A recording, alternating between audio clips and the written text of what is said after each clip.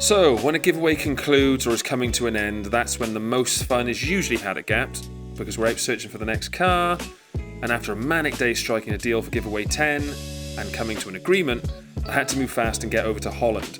Luckily the sun was out and the roads were empty. Usually we would drive over to Germany to pick the next car up, but this time, because the car was in Rotterdam, well, near it anyway, it meant I could fly to Amsterdam directly from Bristol, which was fantastical. I absolutely hate flying and have done since I was about 11 years of age. I blame 9/11, so I always have to sit right at the front and grab a window seat. This is great because I get served first from the trolley, but because I am right at the front, I inevitably will be the first to disintegrate if the plane were to crash into a stock exchange or a very tall building. After dropping off my stuff at the hotel, it was time for a quick walk through Amsterdam whilst on my way to meet my two friends who came over for the trip with me. I've known them both since we were kids and neither one of them have been to the Nurburgring, and they're pretty big car heads themselves, so it made sense to bring them along. Every time I visit the Netherlands, it always surprises me how cool everything looks here. Quick fact for you, Netherlands literally means low-lying country, and it is also the most densely populated nation in Europe. Nice. When we got to Kallenhard dealership, it was clear straight away that they only stock the best cars, which was confirmed once we laid eyes on the giveaway number 10, the M3 CS. Sometimes when we buy cars, there is always that little worry in your head niggling away. Will the car be in good condition? Will it be mechanically sound? Etc, etc.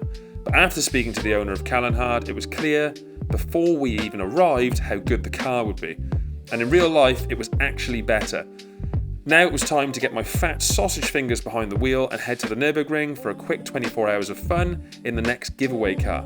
We had 328 kilometres to cover and around 3 hours to get there.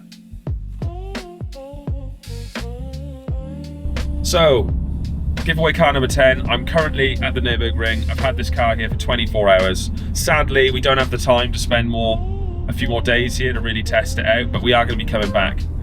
Well, I am anyway in the next 10 days because I've got to drive this car again. But after 24 hours, we drove yesterday, obviously from Kallenhard, the dealership that sold us the car. Matthew at Kallenhard, who owns it, what a guy, loves the Nürburgring, named his business after a corner there. And after 30 seconds of speaking to him on the phone, I knew this guy knew his cars. And when I told him the car I was after, and he gave me a bit of info on the history of the car, I was sold. We wanted number 10 to be special, and this car is seriously special. Now, I'm going to try my best just to quickly get through this in the best way I can. The little touches everywhere over a normal F80, which I've owned. It's the only car I've ever bought brand new was an F80 M3. Yas Marina Blue, lovely car, loved it. One of my favourite cars ever.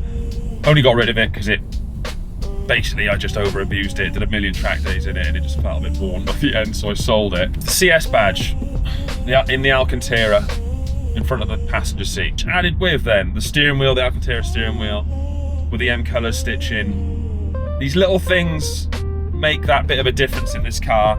The centre console here, it's got rid of obviously the compartment, and it's just an Alcantara piece. Very racy, very nice. Instantly feel like you're in a different place compared to a normal road car. The central inserts, never liked them on photos.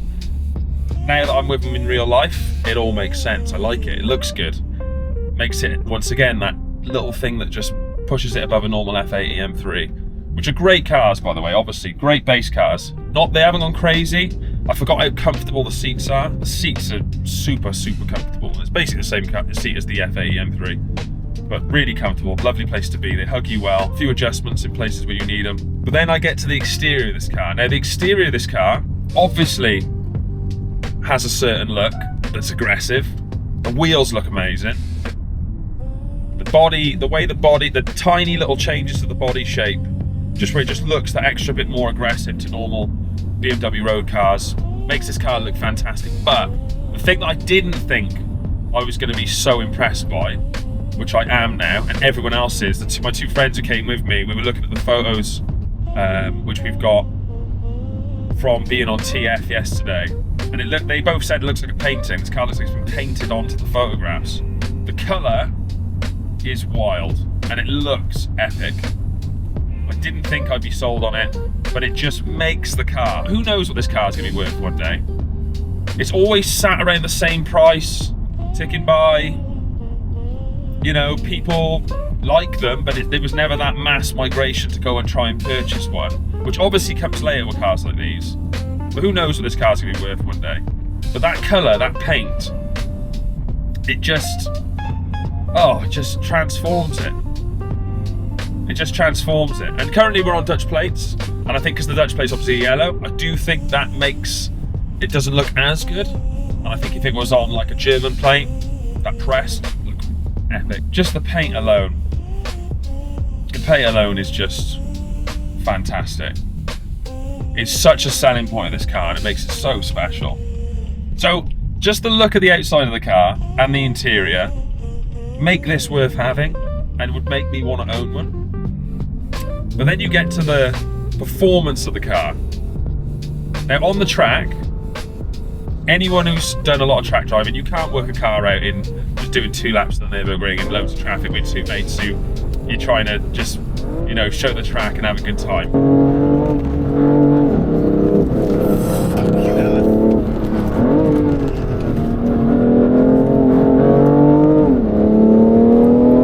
Obviously, I wanted to do more laps, which I'm going to come back for on my own. A bit more of a controlled environment, when the tyres aren't ballooned hot and I haven't got a tyre pressure gauge. But it is really good to drive. Really, really good to drive. On a circuit, like, it felt... Now, it's on a good tyre, it's on a better tyre than a standard F80, obviously. It's the tyre that makes a big difference. But it just steers well, it just points in nicely. It's got great balance. You obviously get a bit of roll, because it's not, you know, it's a road car at the end of the day. Get a little bit of roll, but it's like a manageable, understandable roll. Like it just feels natural and nice. The car feels balanced. The car feels a bit more like, you know, like a track going version of something with like this really super light body on top, and feels mechanically light and nice. It's hard to describe. I had it before with the original F80, but this is just that touch above. It feels faster. It does feel faster. You know, I just had a good drive of this car now on my own. Just down to B roads without 2 people in the car. That's another thing. I did it with 2 people in the car. Having one person in your car when you do a lap of the Nurburgring is, you know, you can feel it then enough. But it just feels good. It just feels really, really good. And I'm going to try and pay my respects to not driving this car like an idiot around the local streets of the Nürburgring. When we get out to some open roads now, give it a bit of a shift so you can maybe hear it a bit better. But there, just the sound of it. The way it pulls in the third. Epic. So epic. Got a bit of deposit on the brakes from yesterday, so they're a bit rumbling. That'll go on the drive back.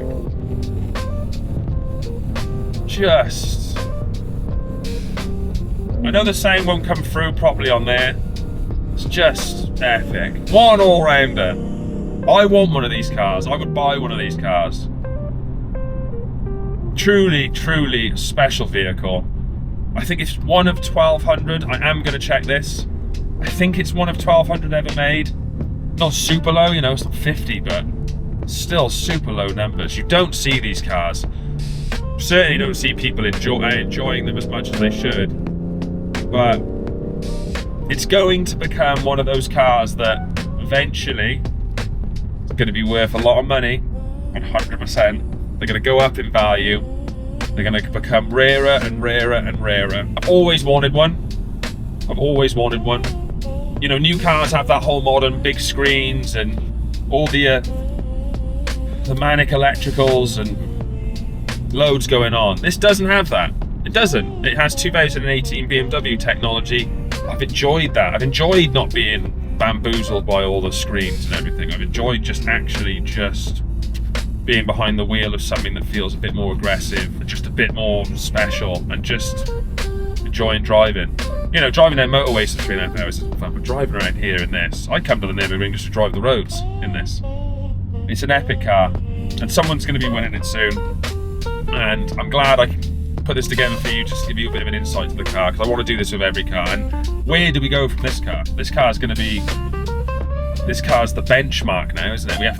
We can't buy standard cars anymore. It's going to have to be something with an extra bit of lettering after it. But epic car, makes sense here. I love it. I love it. It's a shame I've got to drop it back off to get a few things done for the export, so for when the person wins the car, we can get it over to them. But yeah, epic car, and someone's going to win it, and it could be you. So yeah, keep up to date with everything on Gapped social media and our YouTube. Stay in the mix. We're going to have some more content coming really soon on this car.